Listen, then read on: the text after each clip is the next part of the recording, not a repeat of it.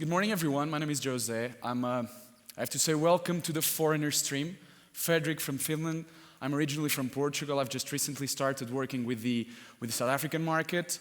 One of Brett's requests was trending, and we want to get to like top 5 trends in South Africa on Twitter. So go ahead and trend. Give me your opinion on my presentation, on Frederick's presentation, on the other presentations there. Let's just get the word of engage out. As I said, my name is Jose. I'm Portuguese myself. I just started working with the South African market. And when I came down here, I had a few objectives. 2 initially, now 3. The third one now is present like Brett. So give me your opinion afterwards if I'm presenting close to the awesomeness level of Brett. The other one was to try game meat. And one of my colleagues from the office down here just took me and I tried venison, I tried crocodile, which was delightful. I tried, what was it as well? I tried ostrich. I tried something else that I don't remember right now, and I must say I loved it. I'm falling in love with the country. And the second one was actually to try and learn a little bit more about the country itself. And I read that you guys have 12 official languages by constitution. Is that correct? Yeah, so one of the things I want to learn right here, right now in this presentation is to say a few words in some of those languages. So just feel free to tweet, Jose, you're awesome in Zulu, or Jose, you're awesome in Afrikaans, or Jose, you're awesome in... Sorry? Yeah, that's it. Come on. What language is that? Afrikaans, good. How do you say that in Zulu, anyone? Okay. I'm sure there's going to be a tweet about that. And if on the other hand you want to say, Jose, you suck, this is not helpful at all, just save it for the next presenter, okay guys? So let's get started then. And before we start, and at the end of the presentation, I'm going to ask one of you guys to tell me the top 3 things you remember about my presentation, okay? So Kevin is probably going to suffer a little bit because he was talking to me before and I know your name, so I might ask you a few questions during the presentation. But just feel free to ask any questions if you have any doubt or if what I'm explaining is not very clear. Okay, guys? So, setting up AdWords accounts for success. We're going to go over an advice from my mom, which is think before you start. This is, for me, the most important point of an AdWords account, of a marketing campaign, of a marketing or a business strategy. We need to think before we start and before we're setting up our first AdWords campaigns. We're going to go a little bit more in detail into exploring campaign settings, into understanding effective bidding, and how can we actually, replying to the question that was put up for Frederick before, how should we define our CPC? How should we define our CPA? Is CPM a good strategy for this? Is CPA a good strategy for this? We're going to go a little bit into choosing the right keywords. So let's say I want to expand to Ghana. Can I actually get an idea of what people are searching for in Ghana? I'm going to show you a tool where you can find out about that. And at the end of the day, quality score. Can I have a show of hands? Who knows what quality score is? Or who can explain to me right now, if I can get a microphone somewhere, who quality score is? That lady seems to be very knowledgeable about quality score. Okay, well, a quality score is basically based on the relevancy of your content on your website and the relevancy of your ad. Everything needs to correspond with each other, and this will affect the amount you pay for a certain keyword. The more relevant the keyword is at the end of the day, and the lower the price you will pay. Okay, you can go to the red or the green path if you want, because probably won't learn a lot in this presentation. I'm just messing with you. Let's go on then. Let's start again by thinking all together. So the first question I want to have here is, what kind of questions should we ask ourselves before setting up an AdWords campaign? And Kevin, any question top of mind before you start setting up an AdWords campaign? What do you want to achieve? Fantastic. What do you want to achieve is actually a very good question there. What do we want to achieve and how do we want to achieve it? A second important question here is, and I'm sure most of you have at least set up one AdWords campaign, or is there anyone in the audience who has never set up an AdWords campaign before? Okay, so this is going to be helpful for you guys as well, because I'm going to run you through a few of the key success factors on how to set up an AdWords account for success. So the 2 important questions, one is, what do I want to achieve? So right on spot, Kevin. And the second one is, how can I achieve it? And this is where AdWords comes into play, and where all of the questions you should be asking your clients come into play. We're going to start by going over these questions. So what kind of dimensions, what kind of stuff should we proactively be asking our clients before setting up an AdWords campaign? So one of the first important things is objectives. Do we want to get calls? Do we want to get a sale? Do we want to get a subscription of a service? Do we want someone just to go to our website and kind of become acquainted with the brand? Do we want to put the name out there, brand visibility, brand awareness, brand recognition? It's important from the start to define the objective. Another thing here is what you're selling. What's your product? What's your service? What's the key selling point of your product? What are its major benefits, its major attributes? Because this is what we're going to build on our ad text, on our ad copies, on our ad creatives. And this is what's going to make the difference at the end of the day when we are face-to-face with our competitors in the search page or even in a display page. Third thing important here is who is our target audience? Are we targeting moms? Are we targeting elderly people? Are we targeting high-income people? Are we targeting people in the Gauteng province? Are we targeting people in Natal? Are we targeting people in Cape Town? All of these dimensions, may they be demographic, psychographic, anything, play a very important role into our first discussion with our client as well. Competition. Who here thinks about competition when setting up an AdWords account initially? Anyone? Has thought about competition? It's important as well. I mean, if Apple doesn't read up on what we guys are doing in terms of hardware, probably they'll also end up not being in their best shape. And all of the amazing iPhone 5s you might have in your pockets wouldn't be here right now. So it's important as well to think about competition when we're setting up our first campaigns. Website. And here this is one of the things I want you guys to take from the presentation. AdWords is pointless if the website is not a good website. So AdWords is like takes you as far as to the storefront, but then if the store itself is not well organized, you cannot find the products on the shelves, you cannot find what you're looking for, then it's going to be basically a waste of money because you're investing on something that is getting you quality traffic to your website, but then if the website is not well organized, then there's no point in taking that traffic there. So always have this discussion with your clients as well initially. Is the site well organized? Is the site set up for the objectives we want to achieve as well? The last thing, of course, this is by no order whatsoever, but the last thing is budget. So we need to kind of understand what's the budget that the advertiser is willing to spend. And I'm going to go over a few questions that we can ask them to kind of help us define what is the budget we want for a certain campaign to achieve or to attain a certain objective. We're going to go now into campaign settings. And a little bit is building on what Frederick was explaining before. So campaign settings, when you set up your account, you just click on the settings button and you have all of these areas. So we have audience criteria there, we have networks, budget, bids, and advanced settings.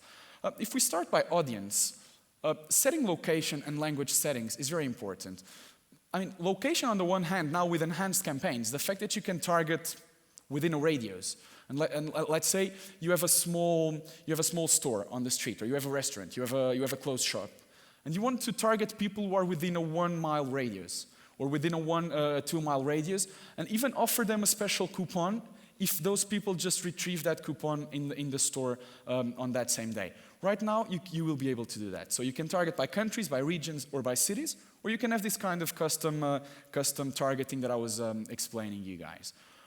As well, language targeting. And unfortunately, not all of the 12 official languages of South Africa are actually available for AdWords, but we have up to 120 languages. So if you're targeting another country and the language spoken there is different, you will be able to have that language setting up there. Right network. So who here knows search, display? Frederick was mentioning a little bit. Have you done anything on display, or you've been majorly focusing on search right now? Kevin, for instance, have you done anything on display or merely focusing on search? Search. But we have these 3 types of networks. So search, Google domains, google.co.za, google.com, google.es, etc., etc. People go, type, and your ads show up there. Search network, which is affiliate partners, so Ask, AOL, etc., which run with our algorithm. So basically what happens is that if people are searching on those directories, they will also be able to find your ads there. And the display network, which Frederick also talked a little bit about, it's basically all of those websites that are monetized on the web, and your ad can show up there through different types of targeting, from contextual to topics, interests, etc. But it's basically important to have this separation, or at least to have this discussion initially, because you spend probably 5% to 10% of your time searching, and the rest, you are just browsing other websites, you are on your social networks, and it's important for you, or for some clients who don't have a sole direct response objective, to also be present along that way. So choosing the right network is also an important thing here. So budget. As you remember, I previously was mentioning budget. Sorry, what's your name? Antoine. Antoine, when you first talk to your clients about budget, what kind of questions do you usually ask them in terms of how are you willing to spend, what type of money do you want to invest in AdWords? Any insights into that? Well, I try and find out what they're spending at the moment, and then I just ask them how much they want to put towards the budgeting for the month. Mm-hmm. Okay. It's a good approach. Like, one thing I always suggest is probably you're going to be dealing with a lot more like small businesses. But even these small businesses, like local businesses, if they are investing, let's say, in leaflets or in local magazines, try to understand what's their objective with that, and try to get that investment from print to actually AdWords. I was reading a study the other day, and just out of curiosity, we tend to spend much more on print and other traditional media, as like agencies and big media houses. And the amount of time people are actually spending on reading newspapers or even watching TV is 2 to 3 times less than what they're doing online. So there's clearly some imbalance here where you're investing a lot more on traditional media, but people are actually spending much more time on media where you're not investing at the moment. So bringing up this thing of the competition and other traditional media is an important point here when defining budget. In terms of settings, budget is defined daily. The delivery method can vary from accelerated to standard, meaning that you just want to spend as fast as you can, or you want to make sure that you will be showing up still along the day. There's an important thing here, which is over delivery. So this means that basically on a given day, your budget.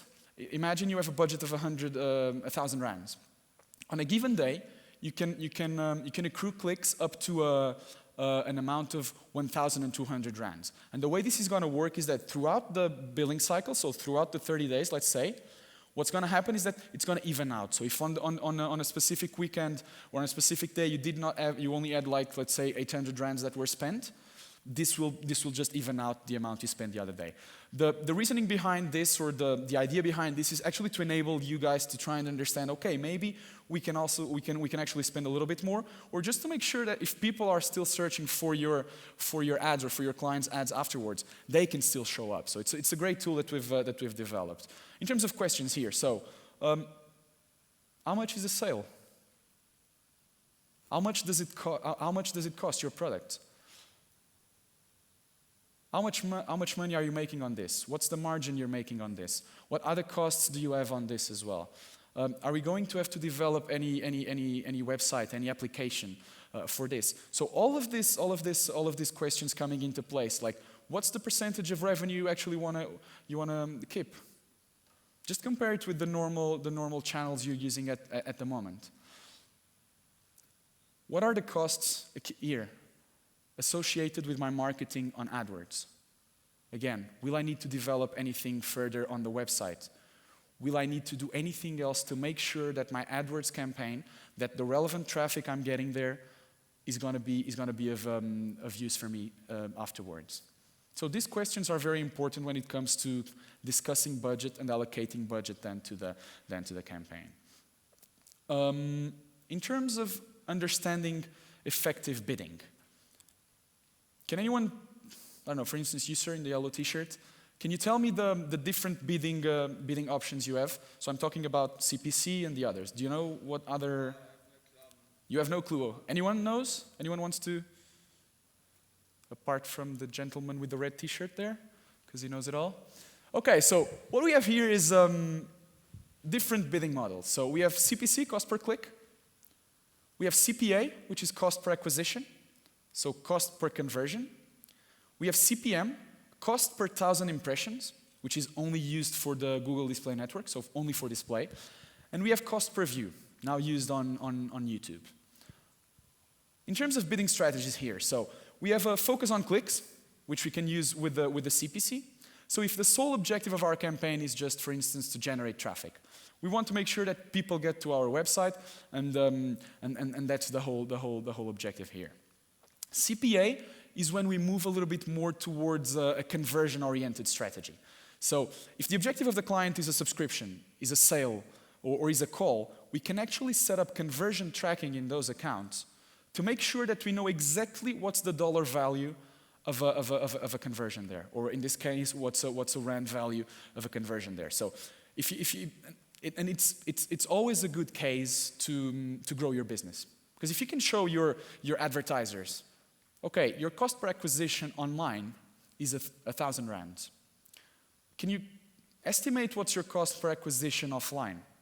And if they have a storefront, they have to pay the rent of the store. They will be able to see that at the end of the day, probably they'll be getting a greater benefit from online. With this, I'm not saying, of course, that the stores should be closed, because they still need a presence on the street. But maybe they will be able to invest a little bit more and get a little bit more return from their online strategies. So cost per acquisition or conversion tracking, and I'm going to go a little bit into that later, is a very good model when you want to present results fast, return on investment-oriented results to a client that is either very cost-focused, or someone who has never even thought about measuring the returns they're having with their advertising. Focus on impressions here, just to blast the Google Display Network. Focus on conversions is exactly what I was explaining now.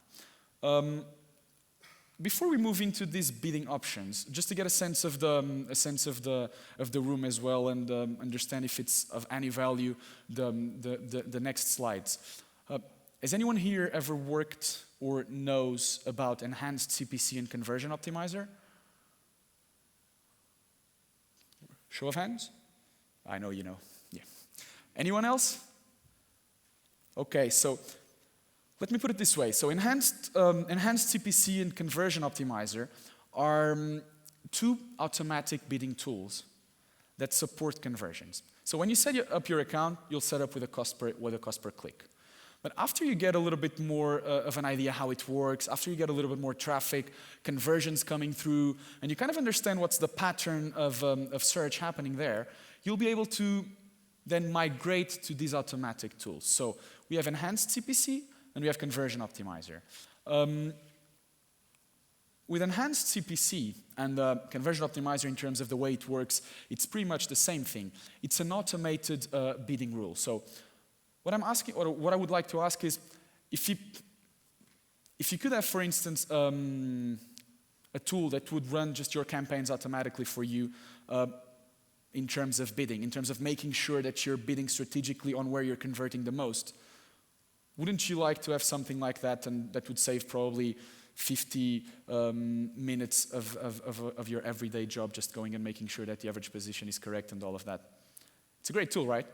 Especially for agencies like you guys. You're trying to grow your business right now. You're trying to take in as many clients as you want. So if you can have someone, and I would look at enhanced CPC and conversion optimizer a little bit like an extra employee you have on your agency. Because basically, if you're getting conversions, the system will understand where's the user location, what type of browser they're using, operating system, user's language settings, time of the day you're converting.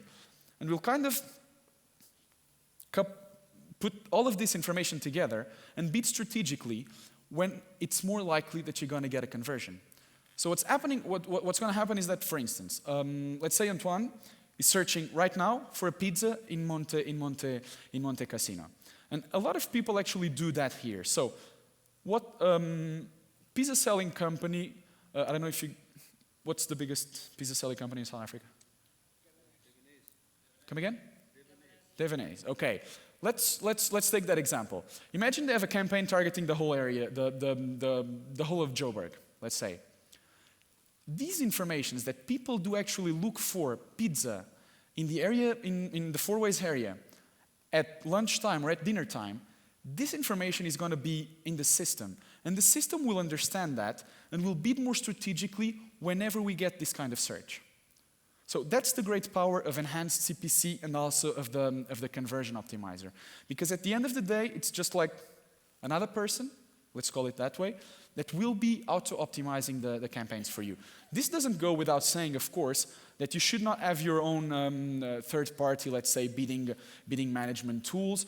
Enhanced CPC will work with all of them, not Conversion Optimizer. But it's a great tool to kind of be able to touch those dimensions that you cannot on AdWords. So you wouldn't be able. Okay, in analytics, you would be able to check where's the location of a specific click. But then it's kind of, in terms of granularity of information, you would need to pull out stuff from analytics, stuff from AdWords, stuff from a third-party bidding management tool. And right now, what AdWords is offering with enhanced CPC and conversion optimizer is just the ability to do everything for yourself. I've had very good experience with both, and enhanced CPC can raise your bid up to 30%. Whenever they find this specific, let's say, junction of criteria. So the pizza at 12 in the Four Ways area, they will be up. The bid can be up to 30%. If it works very, very well, what's going to happen is that your bid can be up in 70% of the auctions you're going to be bidding on. So it's a very interesting tool here. Conversion optimizer and enhanced CPC. The main difference is that when you start a campaign, enhanced CPC, you can set it up immediately. And as history is being gathered, that history is being used to bid strategically. Conversion optimizer, since it can up your bid for more than 30%, what's happening here is that we, as Google, defined it as our policy to, okay, only if you've gotten 15 conversions over the last 30 days, and you can take a note of that because I don't think it's in the slide. So if you've gotten 15 conversions over the last 30 days, you will be able to run your campaigns on Conversion Optimizer. Conversion Optimizer is basically the CPA I was talking to you about before, and it can raise your bid more than 30%. So it will take into consideration, again, all of those criteria, and it will make sure that the budget is being used with converting keywords. Because sometimes we look at campaigns and we have, okay, this is generating a lot of traffic, the bounce rate is 80%, and we only have 20% of people who actually do something on the website when they come from a paid click. Conversion Optimizer and enhanced CPC will enable you guys to make sure that the budget that the client has put forward at the beginning, and if we're talking about small clients, lead generation oriented, that this budget is being used in the right keywords for the right moments, the right intent, and the right context. So this, from an enhanced CPC and a conversion optimizer point of view, this is exactly what I would like you guys to take. It's an automated rule that will make sure that your budget is being used in the keywords or in the websites that actually convert the best for you. How this works, you just need to provide a maximum or a target CPA. It will take into consideration the user location, the query performance, partner sites, etc., etc. All of these slides are going to be shared with you guys anyway. It will then create, based on this, all of these criteria, it will create an optimal equivalent CPC bid, because when it enters the auction, it will still be on a CPC basis. And then, coming back to the quality score lady over there, maximum CPC is combined then with the predicted conversion rate. So this is predicted by the people like Antoine who were searching for the pizzas in the area here, and all of those criteria taking into consideration, all of those factors are taken into consideration. The quality score, and then it produces the ad rank, and your ad is showing up there. So again, what we want to make sure is that when it's more likely that you're going to convert, that your ad is going to be shown on a top position. In terms of enhanced versus Conversion Optimizer. So both of them, again, just reinforcing this message, they both leverage the same conversion prediction technology. So they both use the same factors here. In terms of, they offer, as I was saying, just a simplified version of 8 hours a week work, going into analytics, going into AdWords, going into other bid management tool to kind of understand what's the patterns coming from there, and then actually defining what the strategy is going to be. So, and of course, the ultimate goal is always to increase your return on investment.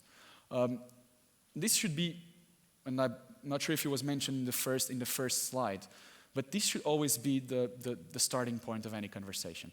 Return on investment, return on investment, return on investment. If it's a call, if it's a subscription, if it's just putting your name out there, you should always have these conversations with your clients. And Enhanced CPC and Conversion Optimizer, for a very direct response objective, they do work very well. What's the main difference here? So, Enhanced CPC is a great complement for any third-party bidding management tool you're using, and it works as well with advanced settings. Conversion Optimizer, on the other hand, as I said, it can bid more than 30% on what your default bid actually is. That's why we require a little bit more history, and thus the 15 conversions over the last 30 days. And I would say that the great, let's say, the great difference here is, one, you can just set it up from the beginning. Let's set it up. Let's start collecting conversion history. Let's see what the performance is going to be. And then you have a second talk with the client, and you say, okay, we've noticed that your cost per conversion is 1,000 rands. Is this something you're satisfied with? Okay, let's work on it. Let's establish a target CPA of 900, and let's see what's the conversion history going to be afterwards. Then you can start playing with these if for some reason you find out that after a while the cost per conversion is actually coming down. It's a great moment for you guys to start pitching more budget to the client, because the conversion is coming down, he's getting more volumes the conversion rates are going up, the conversion cost is coming down, he's getting more volumes of conversions. It's good for them. It's going to be good for you guys, because depending on how your billing system with the client is, you're going to be able to make more money as well, and it's going to be good for the whole landscape at the end of the day. Let's now dive a little bit into reporting analysis for effective bidding. So, who's currently managing AdWords accounts on a daily basis? Antoine, are you managing accounts on a daily basis? So you go into accounts, and when you need to understand if you could bid a little bit more, if you could bid a little bit less, what kind of strategies or what kind of tools you use within AdWords or any third-party tool? Sorry? A bit of a thumb sucker. That's why I'm here, to show you guys how you can actually use a few of these resources. Anyone else does it in a very different way? The very bright lady with the quality score before. Do you do it in a different way? No? So again, just let's see how it goes. Okay, guys, I'm going to show you a few resources that we actually have available on AdWords. So top versus other. This is basically, this will be shared with you and you'll be able to see this. But basically, under segment, on an ad group level or on a campaign level, you will be able to select top versus other. And what's the great benefit here? You will be able to see what's the performance of your keywords when they show up, when they trigger an ad that shows up on the top position versus the ads that show up on the right-hand side. And I've had cases where you have sometimes a lower cost per click on the top versus something on the side, because CTRs are higher, the relevance is much higher, and at the end of the day, quality score is much higher. So you'll be able to kind of understand even what's the difference to jump to a first position. So if you have something whose average position is 4, or you have something whose average position is 5, you'll be able to immediately understand how you can just put them in the top with this report here.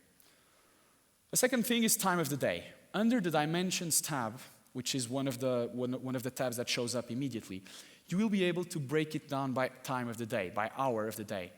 And you will see if you're getting more conversions coming from 4 to 5, for instance. Or you can see if you're getting more conversions coming in the morning. And with the enhanced campaigns, as Brett was explaining before, you will be able to play with that in terms of bid adjustments. You see, okay, I'm getting more conversions from my product from 4 to 6. Great. I'm going to increase the bid adjustment here.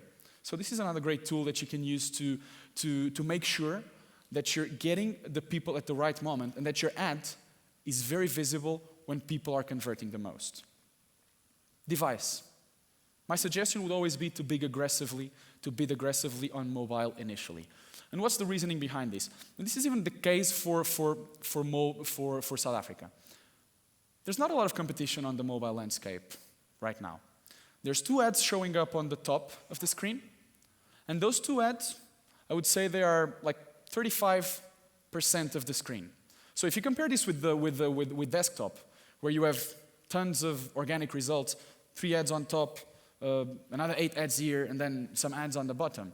You're getting much more visibility here. So with an increase or with a good starting strategy on mobile, you'll be able to get a lot more return, because your ad is going to be visible on the top of the page, where you don't have or you don't have a lot of competitors, because there's only another guy there, and it occupies a little more of the screen. 2 other tools here. So the campaign bid simulator. This is something that is under the opportunities tab. And you can basically do the following. You can go there. You have your default CPC. You say, imagine my CPC would be 20% higher than this one. And it will give you an estimation of volumes of traffic. It will give you an estimation of clicks as well. And at the end of the day, what would be the cost of this change here? Traffic estimator. Has anyone used traffic estimator before? Okay. How was your experience, you sir, with the shirt? It's a great tool to decide how you're going to build your campaign. Yeah, exactly. It's a great tool because you can basically select a lot of criteria there. So you can go for clicks, you can go for impressions, and basically what the tool is going to get you is, okay, for the keywords that you initially suggested, this is the expected traffic for this location, or this is the expected traffic for that one. And then you can just change. The cost would be this, or the estimated CPC would also be this. So this is another tool that is, again, under the Tools and Analysis button on top of the account. Just click there, and you'll be able to play with this tool as well. Let's move on to choosing the right keywords. And for choosing the right keywords, I'd like to bring in the audience a little bit more into the discussion. And because building out campaigns and everything, what kind of strategies are you using to find out keywords? For instance, the survey. So what I'm doing is I sort of try and get into the mind of how I would search for something that I'm looking for. So for instance, I work with a lot of real estate agents. So doing the real estate thing,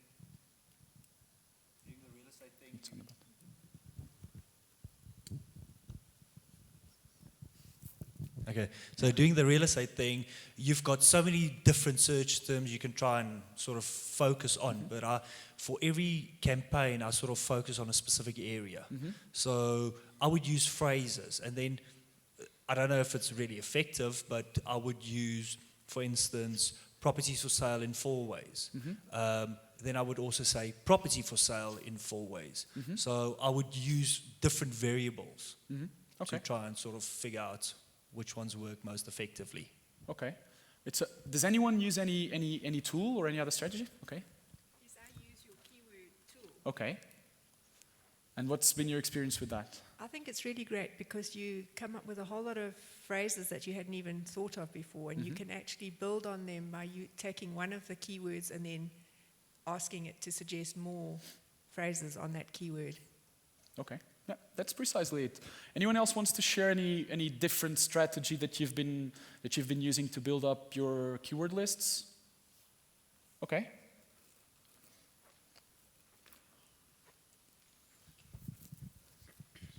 When we set up campaigns, what we do is we get like a bunch of keywords. Obviously, as you enter in keywords, it automatically suggests keywords. From there, we then take the keywords and put them in the keyword I think it's the keyword tool that we use, and it tells you the estimated traffic for each keyword. And from there, we can decide, okay, these keywords hardly get searched, it's waste putting them in, or you can bid on them because there's no competition. From there, we kind of decide which keywords we want to use in our campaigns. Okay. Very good overview of some of the things you can do to build up your keyword lists. But let's take a step back and try to understand here what makes a good keyword.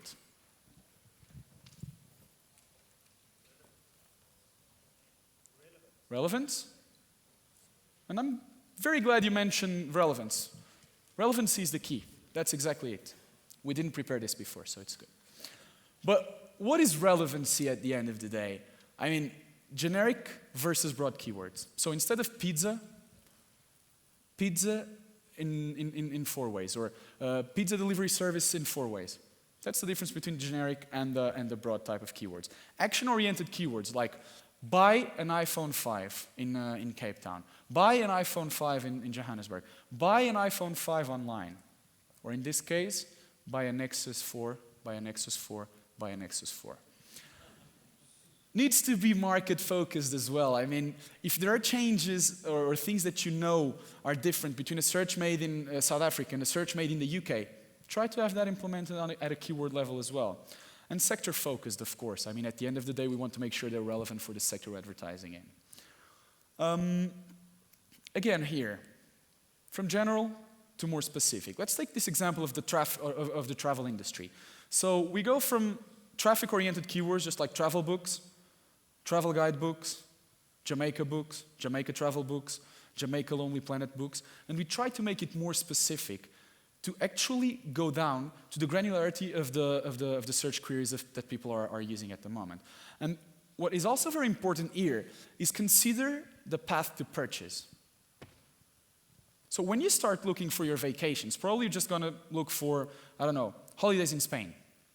And then you find out about Barcelona, Madrid, Mallorca, and some other islands. You go, okay, Mallorca sounds nice. Mallorca family holidays, because you have 2 kids and you need to make sure that the villa has that implemented. Sky blue holidays, and then you kind of go from the general to the specific here. Again here, match types. Make sure you select the right match type here. So broad match is going to be very generic, and any expansion that is relevant to that keyword, but might not be relevant for your business, will show up. Phrase match. That keyword, let's say buy travel books, if a person searches for buy travel books in Cape Town, that keyword is still going to be triggered. Exact match, if a person searches for buy books, only that one is going to trigger your ads. A negative match, make sure that if you're Coca-Cola and you're not selling Pepsi, you're either, if you want to bid on that term, you can, but if you don't want to be showing with Pepsi there, just don't bid on that. Here, keyword tool, step by step. You input your keywords, you select the match type on the side, and then below, you have a lot of advanced options there. So you can choose from, in this case, keywords that work in laptop versus other device, keywords for local searches versus global searches, estimated CPC, and all of these criteria are going to be built into the report that is going to be generated. And you're going to be able to use this in the building of your account. So this is what the report will look like. And we've made it even easier for you, because if you want to just copy-paste an ad group, I'm not sure if it's very visible there or not, but on the right-hand side there, we have 2 options, keyword ideas and ad group ideas. If you click on ad group ideas and click just upload to campaign, it will actually create an ad group, a tightly themed ad group just for that. Contextual targeting tool here for display. So if you want to try and find out what keywords will work very well contextually for a contextually targeted campaign you're running right now, just go to the contextual targeting tool.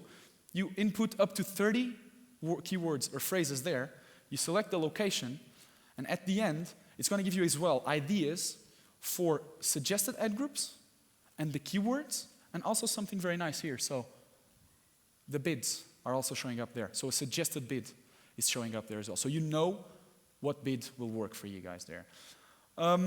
This is where probably one of the last slides, Global Market Finder.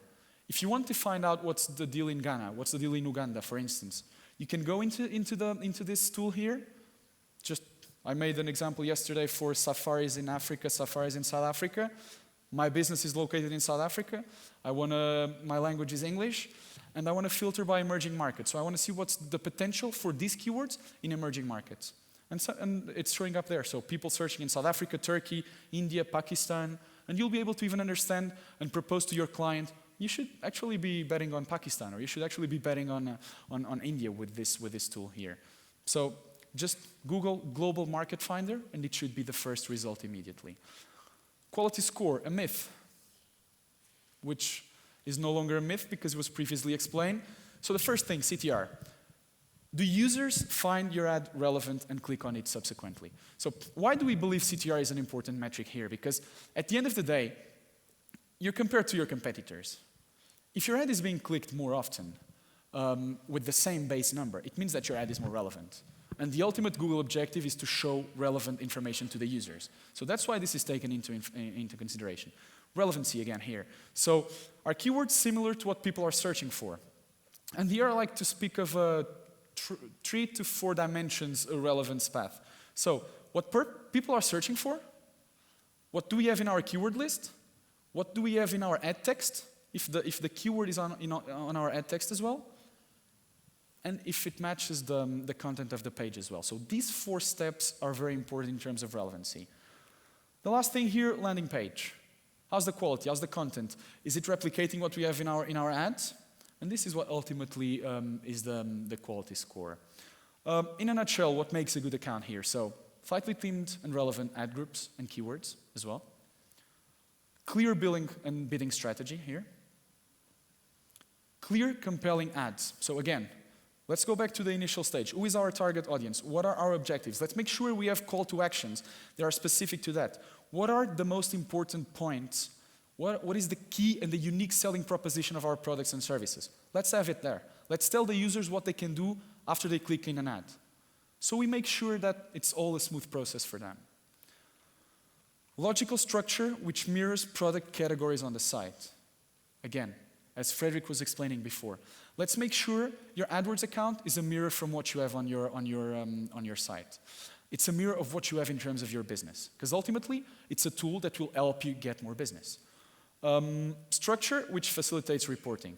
Here again, reporting is as important for you to understand the account as it is for you to get more business out of that client. Ads take user directly to the correct landing page. Again, if you remember, one of the things I said at the beginning was let's make sure the website is a good website.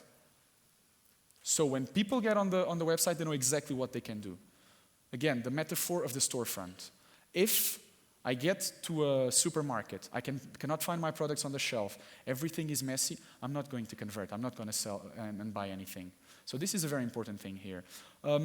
Guys, it's been a pleasure talking to you and answering your questions and engaging with you.